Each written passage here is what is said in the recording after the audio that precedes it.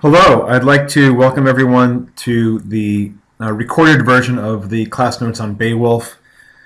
Every week I will provide a audio recording that will accompany the class notes. My hope is that you can read the class notes if you want without the audio recording and still be able to use them, but that in these recorded class notes I'll provide some additional insight and information above and beyond what's already been written into the notes. So this week I want to focus particularly on the challenges of reading. And what I'll do is as I go through this, I'll read through the text of what is actually written in the PowerPoint, but then I might add in some additional information as well. So let's just move through this. The challenges of reading. So this week we begin our reading for the semester. As you'll see from the course schedule, and you should have already looked at that, each and every week will require a significant amount of reading as appropriate for a 200 level literature course. And I've made that, I'm sure, clear in many documents, including the course syllabus and other materials as well. Thus, you will want to plan your time each week while taking into account the amount of reading you'll need to do for this course. When you plan each week, consider your own reading habits, your other commitments and responsibilities, and the fact that much of what we're reading this semester will present different challenges, such as being written in Old or Middle English, using unfamiliar vocabulary, employing a complex literary form, or citing unusual references for a modern reader, than what you face when reading just for pleasure. So in other words, you're not going to be able to move through some of the primary text as quickly as you might if you were picking up a novel that was published, this year. Each text will present different kinds of challenges. So how do you navigate those, and how do you actually sit down and read through the material that we're looking at? That's what I really want to focus on, using Beowulf as an example of some of this. So one thing I want people thinking about is how they're managing their reading time. As much as you can, you should break up the reading. You have to be realistic about when you can find time to read. But my advice is that everyone find a way to break up each week's reading into manageable chunks. So since I always recommend that you start the week's reading at the end of the previous week, that will give you a full 7 days. You should be thinking about 7-day cycles of working through a week's worth of reading, but starting that reading the week before. Because readings are always due on a Thursday, you could think of it as like a Friday to Thursday 7-day window. The more you can make each day's reading chunk manageable, maybe 30 minutes a day, the more you'll be able to appreciate, understand, evaluate, analyze, and enjoy the week's reading load. Trying to read the entirety of each week's assigned material in one sitting may be ideal for some people. Perhaps this is how you best read and retain material, but I suspect that more people would benefit from making the reading manageable on a day-to-day basis. So whatever that means for you, find what system works for you and do everything you can to follow that system each week. If that means 30-minute chunks a day, then do it that way. If that means maybe a few bigger chunks, maybe 3 or 4 days a week where you're reading for an hour or so. Maybe some of you do feel like you read best when you sit down for a longer period of time. So know yourself, know your own reading habits, know your own comfort with reading, and plan each week accordingly. In addition, you should use the course tools and documents provided in the course to help you manage your reading and other work. So each week's agenda is set up as a checklist. So you could even print it up and check off items as you go. And you should have already seen this in for example, this week's agenda. You can use the calendar function to visually see all the week's deadlines, and within the calendar function, which is one of the tabs on the left-hand column of Blackboard, click on calendar. You'll see all the deadlines are posted in there for the coming week and sometimes beyond. And use the course schedule to get details on all of the semester's required reading, including what will be due in the coming weeks, so that you can best plan your time. So you want to always keep context in mind. When you begin each week's reading, you should first read any prefatory and introductory material that has been assigned. So this will often include a long section of historical context, information about the author, information about the primary text that you're about to read. It's all of that reading is listed in the schedule, in the agenda. This week I provided reminders to make sure that you're reading that material before you get to the primary text, which this week is Beowulf. But you want to read that material first because that will really help you to understand that week's primary text. So once you begin reading the week's primary text, so this week it's the first 1,250 lines of Beowulf, try and make connections between what you're reading and what you learned about the history of that time period, the author. Now, there's no author really this week since we don't know anything about who transcribed the version of Beowulf that we have, but typically there will be an author and the text itself. So for Beowulf in particular, there's some important context that I want people keeping in mind above and beyond anything else that you're thinking about and other connections you might have made. So for example, in the case of Beowulf, one of the most important contexts to remember is that many of the features of Beowulf, so like the use of repeated words or of different names for the same person, place, or thing, the use of poetic verse and repeated sounds, are the result of the fact that the epic was originally performed from memory as part of an ancient oral tradition.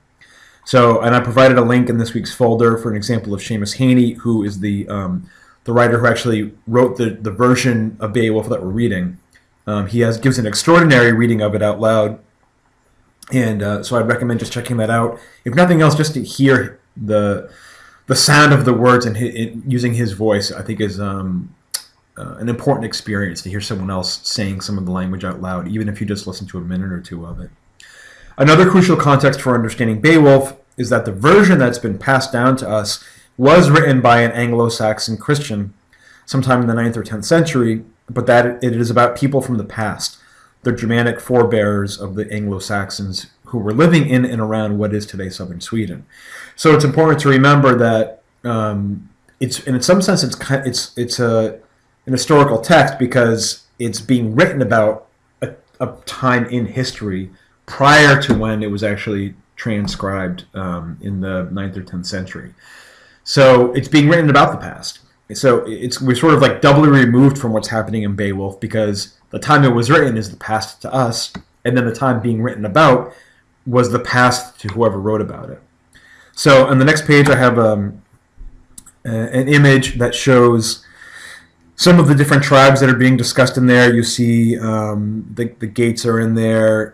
You can see the Franks, the Wendels, the Frisians, the Swedes, the Jutes there, the Danes right there in the middle. So you can see these different tribes that are being written about and referenced in Beowulf, and that gives you kind of a geographic sense of where we're looking at. So, one thing that's really important to remember is that even though we're reading Beowulf as our first example of British literature, it's actually not about what we think of as the British people exactly. It's about their forebears. So it's about their ancient past and their origins. And we should understand it as a poem that's about these people's origin and what they're really valuing in terms of how to get along with people, how to form a community, what's important, how to conduct yourself in the world. So that's really what we should be looking for in there is what it's valorizing, what it's celebrating, and that could be part of our discussion this week. So another thing to keep in mind is that this is a work of Old English that's in translation. So Beowulf was composed originally in Old English, the language which is the predecessor to our contemporary English, but it's so different that it is taught today as a foreign language. I know people who studied Old English and as their foreign language requirement for their bachelor's or master's or doctoral work. If you want to try and tie your tongue in knots, I would try reading the Old English excerpt from Beowulf on page 40. I gave that a try. It's kind of fun to do. Of our Norton textbook. There's just a few lines there in the Old English. You can give that a try if you want. The version of Beowulf that we're reading is actually not written in Old English. It is a modern-day translation written by a very famous poet. This is Seamus Heaney, who I mentioned earlier, who has attempted to maintain the power and energy of the original Old English while making the text readable to a modern audience. Thus, even though it may take a little bit of reading to adjust to the strange syntax and wording of the poem, you should be able to read, or to do is so much more, be able to read it much more easily than if we were reading an older translation. One piece of advice on this, try reading the first few pages out loud. I know you might want to do this away from other people so they don't think you're crazy. though some of you may have the kinds of friends and family who appreciate an old Anglo-Saxon epic about warriors and monsters. And in fact, you could start a roaring fire and roast meat over it while you're telling them this tale. Trying to read a little bit of it out loud will really help your inner ear get used to the rhythm and the sound of the poem, and make it much easier to read. Trying it for a few pages and then just reading quietly is a good way to kind of get that voice in your head, get that rhythm in your head. Of course, you could always read the entire thing out loud if that helps. Another special consideration here with Beowulf is keeping the names straight. I find that one of the most challenging aspects of reading Beowulf is keeping all the names straight. So many of the names sound the same, use the same combination of letters, that it's difficult sometimes to remember who is who. What makes it even trickier is not only are these names unusual to us, but often characters are referred to not by their name, but by the name of one of their family members. So Beowulf, for example, is sometimes referred to as the son of Ecgtheow, as opposed to his name, and you see that a lot in here. So if you can keep in mind the three most important names in the section that we're reading, that's Beowulf, Hrothgar, who is the ruler of the Danes, and Grendel, you'll be okay. For most of the other characters, you can figure out enough about them from context clues to usually get a pretty good idea of the role that they play. But if you're like me and you'd like to have at least a general picture of who these people are, especially the ones who get mentioned repeatedly, there's a really handy chart on page 39 of our textbook that shows the relationships among most of the characters. So you can refer back to that if you find that useful. And each one of you can find that balance of how much do you want to refer back to that to help you remember who's who, how people are related, or is that going to pull you too much out of the flow of the reading, and maybe you don't want to do that. Now, using the internet to help. So throughout the semester, many of you will seek out additional help and information online, and I encourage you to do that. I also know that if you start each week's work by going to online sources without first reading the assigned material, and at least trying to make sense of the primary text without going online, you'll learn and accomplish much less. If your first instinct is to just go online, get a summary, sort of rely on that too much, then you're missing a lot of what the course is about. The thrilling, sometimes frustrating driving force of this class emerges when you, with your brain and your heart and your personality, interact directly with a work of literature by reading it. That's the heart of this course. Nothing else can replace the dynamic interaction that takes place when you try and work through and bring to life a text for the first time. I challenge everyone to read through as much as they can of our assigned material without going online for extra help. When you're feeling especially stuck, confused, or frustrated and are not finding the answers you seek in the Norton textbook, that's the time to go online as a supplement to, but not a replacement of, what you're reading. And I've designed the entire course around the fact that everyone is going to read through all the material, do the best they can with it, and that sometimes we'll struggle with it, and we'll use discussion board to help us talk through those confusions and struggles. I've set up the quizzes and the discussion board prompts, and when we get to it in the exams, to make sure that everyone's being rewarded for doing all of the work and to give you opportunities to further advance or try to make sense of the primary texts. As one example here, here's one website that I found that looks comprehensive, incredible. It's just about Beowulf, so you can feel free to check that out. There's a ton of stuff on there, more than you could ever really look at. But there's some cool things in there too, so I do suggest checking it out. But that's an example of what to me looks like a good, useful website. So if you're going to go online for some extra help, please make sure that you're being thoughtful about what websites you're looking at. So that's what I'm talking about here. When and if you do go online, make sure you're looking for especially credible online resources. Many websites set up to provide students with summaries of literature can be helpful, but they should also be a starting point for finding better sources or for helping clarify something for you in the text so that you can go back to reading the text on your own. Be especially wary of websites created by middle school and high school students, as these are often shallow and unreliable, and there are a ton of them out there. For example, if you do just a Google search on Beowulf, some of the stuff you're getting back will be like websites created by someone for a high school project.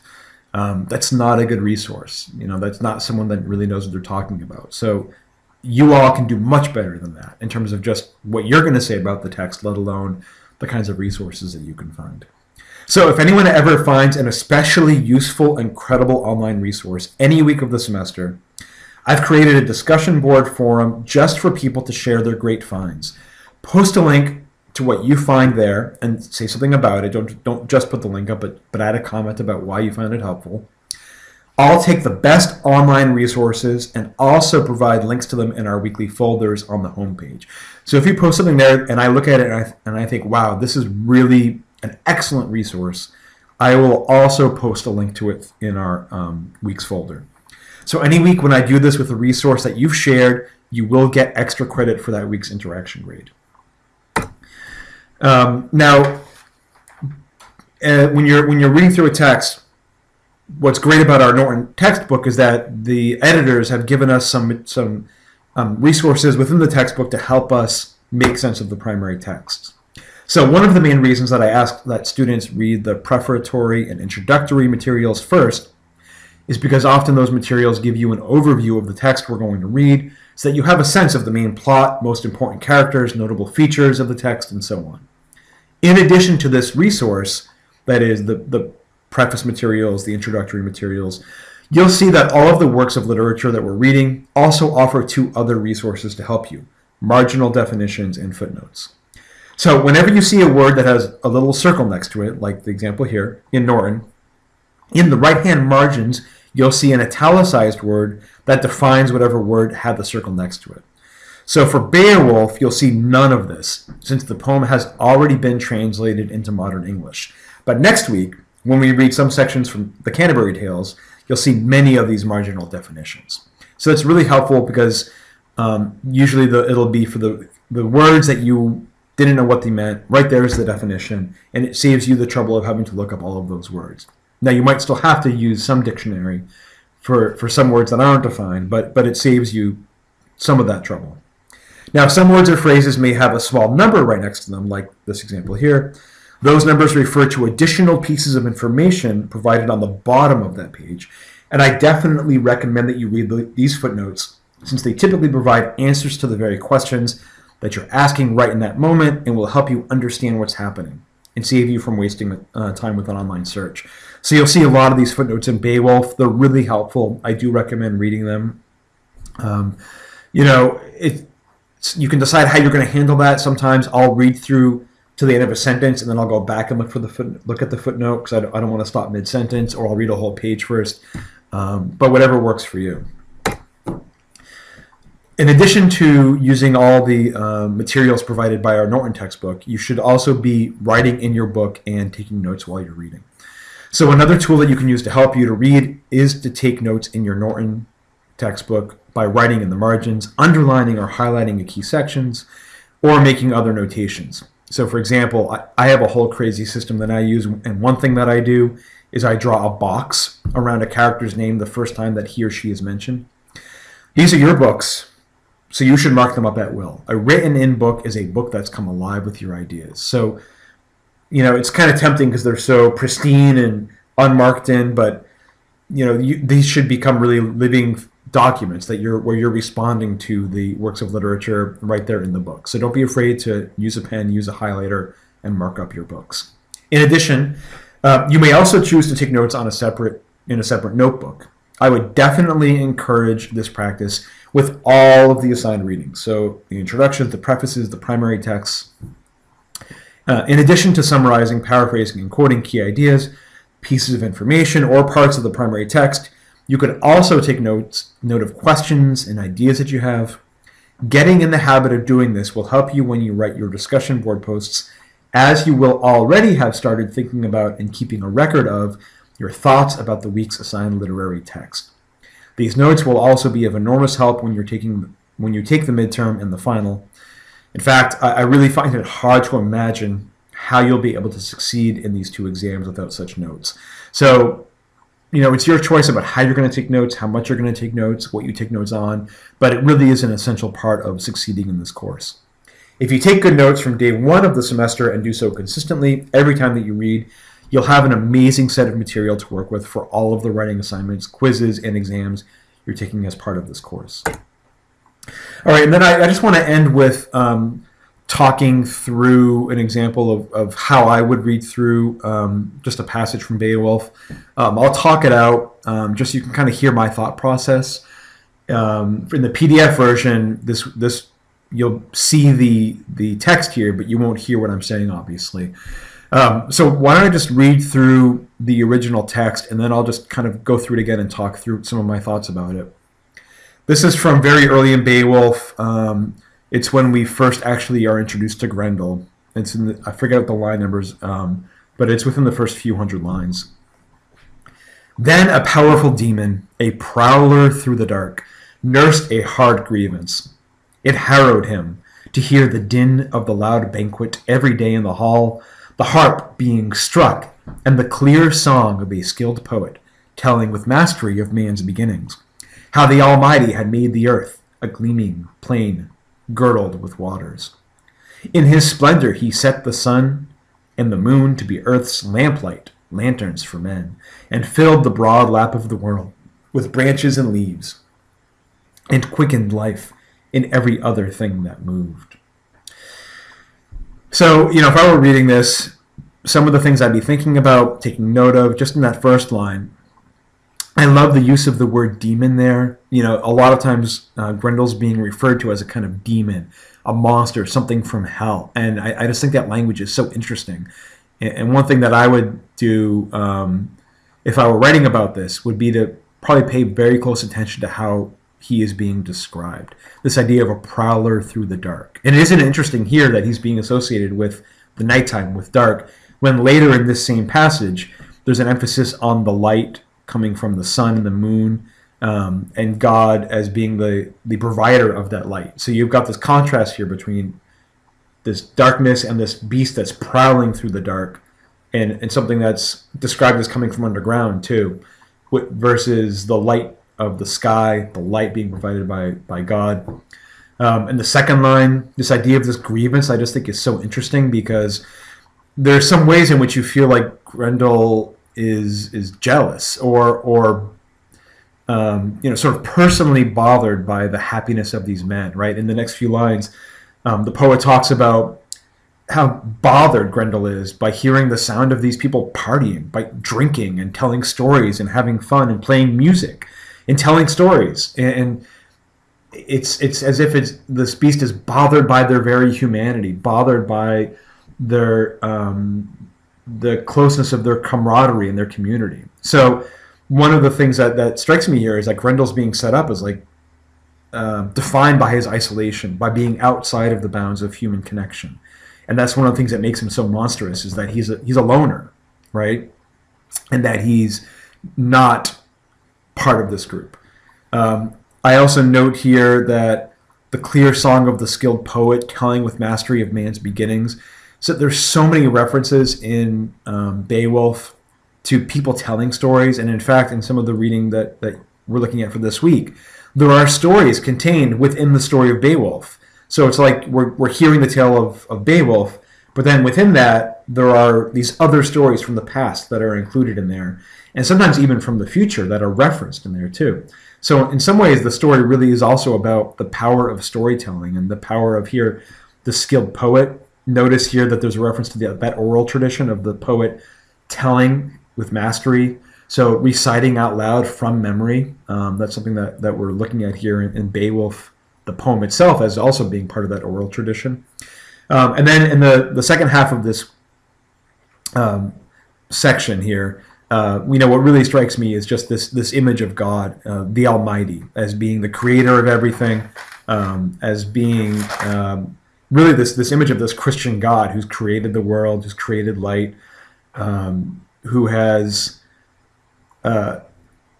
sort of the source of everything, right? That last line there, quickened life and every other thing that moves, right? That sort of like this prime mover of life, this generator of life, is just really powerful imagery. And one of the dynamics of Beowulf is this idea that we have the Danes and the Geats and all these other tribes that are not Christian, and yet they're being read retrospectively as if they were Christian and believing in this one single God. So there's that interesting tension that you see throughout the epic poem. So anyway, that what I want to do there was just kind of talk through, here's what I'm thinking about when I'm reading this. Here's what I'm paying attention to. Looking at word choice, looking at imagery, looking at how things are being described, making sure I understand what's happening here. That's all part of what I'm trying to do when I'm reading through this. So thanks for listening to this. And like I said, every week I'll provide these audio versions of the class notes as additional material for people who are going through the course. So good luck with the reading this week, and I will talk to you all online.